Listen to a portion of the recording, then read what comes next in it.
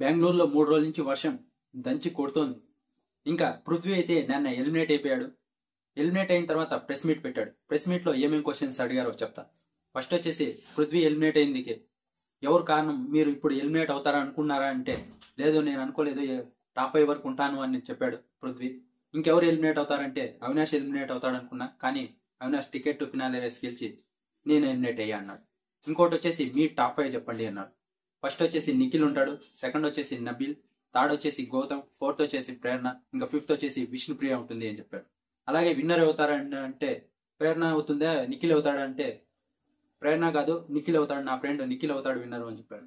అలాగే గౌతమ్ గురించి కూడా అడిగారు, వైల్డ్ కార్డ్ గా వచ్చాడు కదా విన్నర్ అయ్యే ఛాన్సెస్ ఉందా అని. గౌతమ్ విన్నర్ అయినా కూడా నాకు హ్యాపీనే, ఎందుకంటే గౌతమ్ కూడా మాలాగే కష్టపడి కింద నుంచి పైకి వచ్చాడు. ఒకవేళ గౌతమ్ విన్నర్ అయినా హ్యాపీనే, చూద్దాం విన్నర్ అయ్యే ఛాన్స్ ఉంది, విన్నర్ అయితే నేను హ్యాపీనే. ఇంకోటి గౌతమ్ జెన్యున్ కాదా అంటే 70% జెన్యున్, 30% జెన్యున్ కాదు అనిపిస్తాడు ఒక్కో చోట అని చెప్పాడు.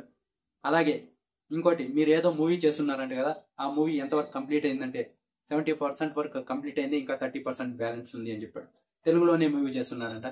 ఇంకా అలాగే మీ ఫేవరెట్ హీరో ఎవరు అంటే ఒకటి కన్నడలో కిచ్చా సుదీప్ గారు, తెలుగులో అల్లు అర్జున్ గారు అని చెప్పాడు. అలాగే శోభా శెట్టి గారు వచ్చేసి ఇప్పుడు కన్నడ బిగ్ బాస్ కి వెళ్లారు. మీరు కూడా ఛాన్స్ వస్తే కన్నడ బిగ్ బాస్ కి వెళ్తారంటే నేను కూడా వెళ్తా, కన్నడ బిగ్ బాస్ లో ఛాన్స్ వస్తాయని పృథ్వీ చెప్పాడు. అలాగే మీరు చీఫ్ అవ్వలేదు కదా, లాస్ట్ లో చీఫ్ అవుదాం అనుకున్నారు కానీ ఓడిపోయారు, ఎందుకు ఏడ్చారు అంటే నేను అప్పటికీ చీఫ్ అవుదాం అనుకోలేదు, కానీ నా ఫ్యాన్స్ అవ్వాలి అంటున్నారు కదా అని ట్రై చేశా, అప్పటికి అవ్వలేదు, వాళ్ళు ఫీల్ అవుతారేమో అని నేను ఫీల్ అయ్యా అని చెప్పాడు.